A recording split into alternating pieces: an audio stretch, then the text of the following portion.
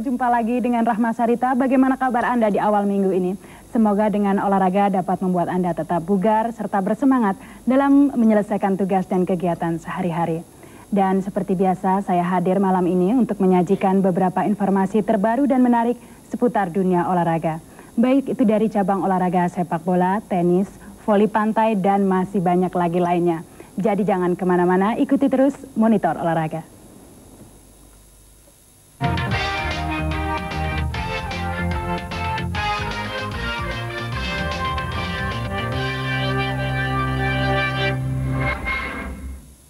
Saudara, pembalap Spanyol Alex Crivillé kembali membuktikan kemampuannya dengan memenangkan Grand Prix Imola 500cc. Ini merupakan kemenangan yang ke-6 kalinya bagi Crivillé di musim kompetisi tahun ini.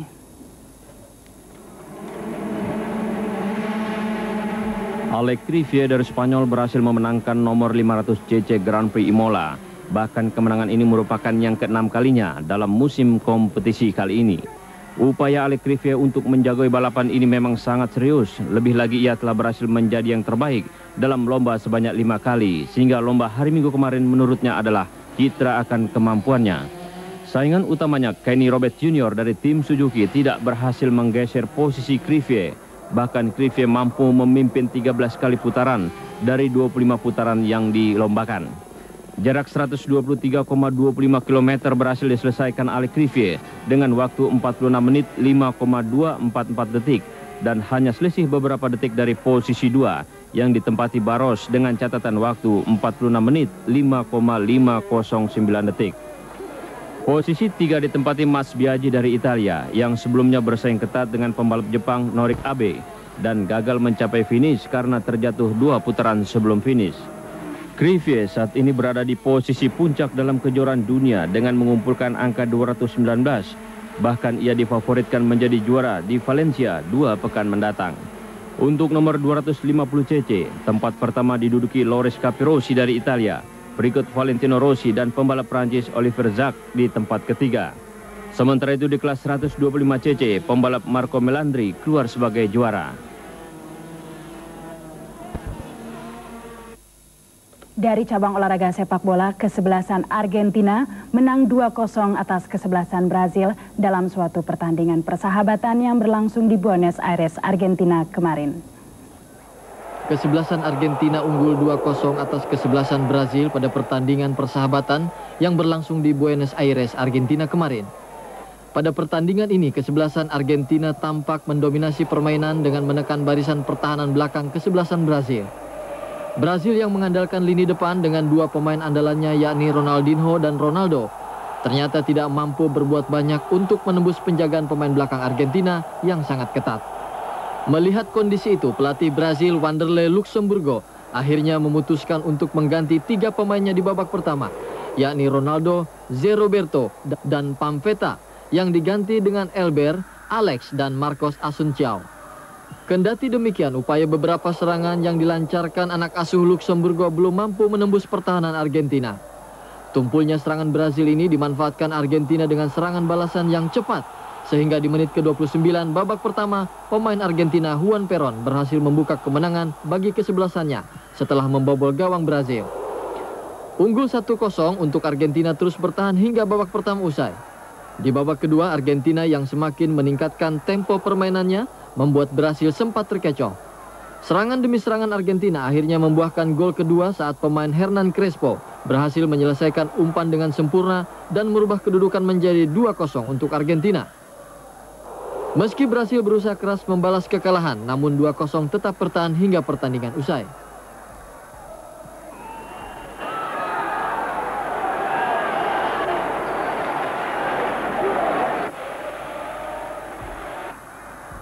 Sementara itu dalam lanjutan Liga Argentina, kesebelasan Boca Juniors ditahan imbang 1-1 oleh kesebelasan Argentinos Juniors. Boca Juniors unggul lebih dahulu melalui strikernya Martin Palermo. Namun 5 menit kemudian Argentinos Junior dapat membalasnya melalui Plaza.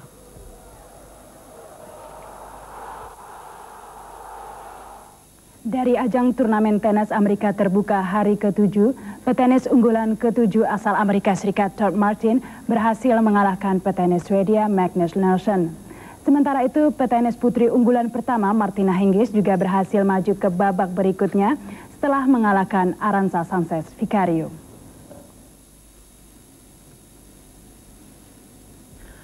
Hari ke-7 turnamen tenis Amerika terbuka diwarnai dengan turunnya hujan yang sempat menunda beberapa pertandingan yang telah dijadwalkan. Petenis Amerika Serikat unggulan ke-7 Todd Martin di putaran 16 besar unggul atas petenis Swedia Magnus Larsson. Magnus Larsson yang mengalami cedera pada lutut kaki kirinya ketika pertandingan baru berjalan pada set pertama tidak dapat melanjutkan pertandingan. Di set ini Todd Martin unggul dengan 6-3. Sementara itu, unggulan pertama putri petenis Martina Hingis dari Swiss berhasil melaju ke babak berikutnya dengan menundukkan petenis unggulan ke-10 Arantxa Sánchez Vicario dengan 2 set langsung 6-4 dan 7-5. Martina Hingis yang disebut-sebut bakal sebagai juara sempat menemui kesulitan pada set kedua. Namun dengan ketenangannya, Martina Hingis akhirnya dapat menyelesaikan set kedua ini meski melalui pertandingan tie break. Lawan berikutnya Martina Hingis adalah Anke Huber yang sudah ia kalahkan sebanyak 8 kali dari 9 kali pertemuan mereka.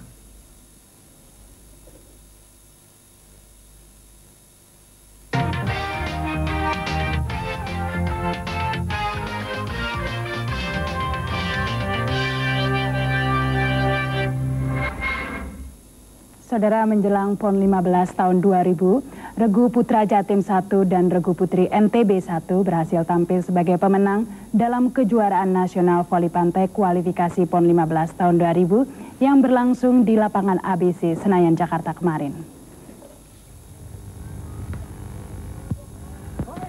Regu putra Jatim 1 dan regu putri NTB 1 keluar sebagai juara pada kejuaraan nasional voli pantai kualifikasi PON 15 tahun 2000 di lapangan ABC Senayan, Jakarta. Regu putra Jatim 1 yang diperkuat oleh 2 mantan atlet nasional, Markoji dan Iril Kum, di final menundukkan regu NTB 1 pasangan Agus dan Anjas dengan 15-3. Kemenangan Jatim 1 telah diperkirakan sejak awal pertandingan karena baik fisik maupun teknik, Jatim 1 lebih baik dari NTB 1. Akibatnya pertandingan berlangsung berat sebelah dan dalam waktu 20 menit, Jatim 1 berhasil menyelesaikan pertandingan. Di bagian putri, regu NTB 1 yang diperkuat oleh Timi Yudani dan Yohana menang mudah atas regu DKI 2 yang diperkuat oleh Risma dan Nini dengan 15-1. Pembina Voli Pantai PBVSI Ahmed Solihin mengatakan pihaknya akan lebih menggalakkan teori dan metode dasar latihan untuk semua daerah karena daerah merupakan penopang kesinambungan kejuaraan nasional. Setelah itu kita akan memantapkan di Pelatnas. Jadi pemain-pemain daerah masuk ke Pelatnas itu tidak kembali lagi melatih hal-hal yang dasar, tetapi sudah ke yang latihan lebih advance seperti taktis, strategis dan lain-lain sebagainya. Kemudian kita sangat gembira sekali dengan hasil kejuaraan ini karena kenapa? Antusiasme meningkat, kemudian metode-metode permainan mereka juga hampir merata gitu karena hampir banyak sekali kita memberikan suatu training course kepada para pelatih, tapi belum maksimum gitu. Dan yang paling penting adalah para pemain sudah bisa menyamakan atau hampir bersamaan teknis-teknisnya sehingga sekarang kekuatan itu merata ke semua daerah. Dari Kejurnas Voli Pantai ini terpilih 16 regu putra dan putri untuk tampil pada PON 15 tahun 2000 mendatang. Saudara, atlet powerboating dari Monaco, Guido Capellini yang sudah berhasil menyelesaikan 7 putaran dalam Grand Prix Motorboat yang berlangsung di Wina, Austria, terpaksa harus bersabar karena tidak dapat menyelesaikan 50 putaran yang direncanakan. Lomba terpaksa dihentikan karena ada gangguan berupa angin yang sangat kencang dan membahayakan.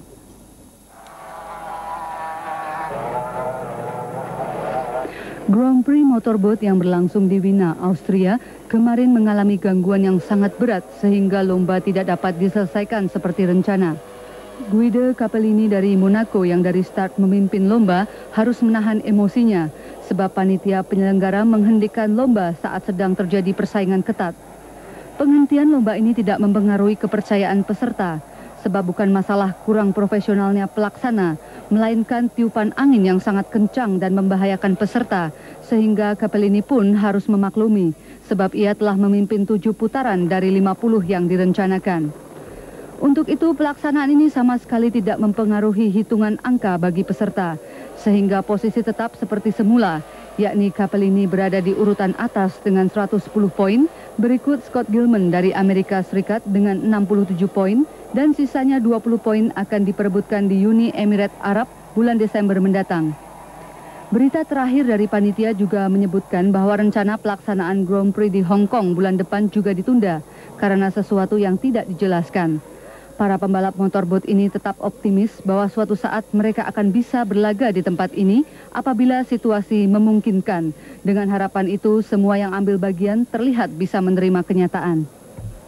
Dari Austria kita beralih ke Spanyol, tempat berlangsungnya lomba balap sepeda Vuelta of Spain 1999 yang rencananya akan menempuh 21 etape dengan jarak 3.952 km. Dan kemarin pembalap Afrika Selatan Robert Hunter membuka lomba ini dengan memenangkan etape pertama. Pembalap sepeda asal Afrika Selatan Robert Hunter memenangkan etape pertama lomba balap sepeda Vuelta of Spain 1999. Robert Hunter masuk di urutan pertama setelah berhasil menempuh jarak sejauh 170 km dari kota Murcia dan berakhir di kota Benidorm. Sukses merebut gelar di etape pertama yang diraih Robert Hunter sempat diwarnai dengan terjadinya benturan sesama pembalap 800 meter menjelang garis finish. Akan tetapi Robert berhasil mengatasi kesulitan dan sekaligus meraih juara pada etape ini. Catatan waktu yang dibuat Robert Hunter adalah 4 jam 39 menit, 11 detik. Posisi kedua pada etape pertama ditempati pembalap Ukraina, Sergei Ustakov, sedangkan posisi terbaik ketiga diduduki Robbie McEwen dari Australia. Lomba balap sepeda Vuelta of Spain 1999 diikuti 109 pembalap dan menempuh total jarak 3.952 km serta menyelesaikan 21 etape. Diperkirakan lomba akan berakhir pada tanggal 26 September mendatang di Madrid, Spanyol. Sementara itu, etape kedua akan menempuh jarak 206 km dari kota Alcante menuju Albacete. Saudara, satu lagi rekor dunia di cabang olahraga renang berhasil dipecahkan. Dan kali ini Michael Klim dari Australia berhasil memecahkan rekor dunia di nomor gaya kupu-kupu 50 meter. Rekor dunia renang kembali terpecahkan pada kejuaraan dunia renang yang berlangsung di Australia. Perenang dari Australia, Michael Klim, berhasil memecahkan rekor dunia gaya kupu-kupu 50 meter putra dengan catatan waktu 23,21 detik. Rekor ini memecahkan rekor lama atas nama Milos Milosevic, perenang asal Kroasia yang dibuat pada bulan Desember tahun lalu di Sheffield, Inggris dengan catatan waktu 23,30 detik. Michael Mark yang berusia 22 tahun juga keluar sebagai juara pada nomor 100 meter gaya bebas putra dengan catatan waktu 40,05 detik. Tim renang Australia menjanjikan akan menjadi tim yang terbaik dalam Olimpiade Sydney yang akan berlangsung tahun depan.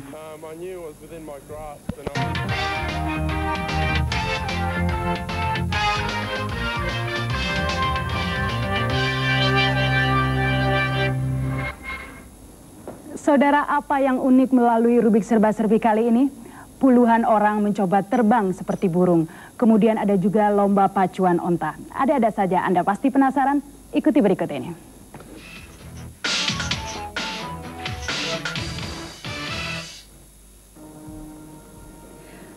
Terbang seperti burung merupakan impian bagi sebagian orang sejak beribu-ribu tahun yang lalu. Dan kalau ada beberapa orang di Berlin Strandbad-Wannsee yang mencoba terbang seperti burung, itu adalah sebagian usaha mereka untuk mewujudkan impian tersebut. Lebih dari 40 peserta pada hari Minggu kemarin berharap dapat memenangkan lomba terbang dengan menggunakan mesin. Mesin terbang ini bentuknya dibatasi dengan tinggi maksimal 6 meter dan lebar 10 meter. Di samping itu, mesin ini diluncurkan dengan menggunakan tenaga manusia. The Black Forest akhirnya keluar sebagai juara setelah berhasil terbang dengan ketinggian 28 meter dan juga meraih angka tertinggi untuk kreativitas dari mesin terbang mereka.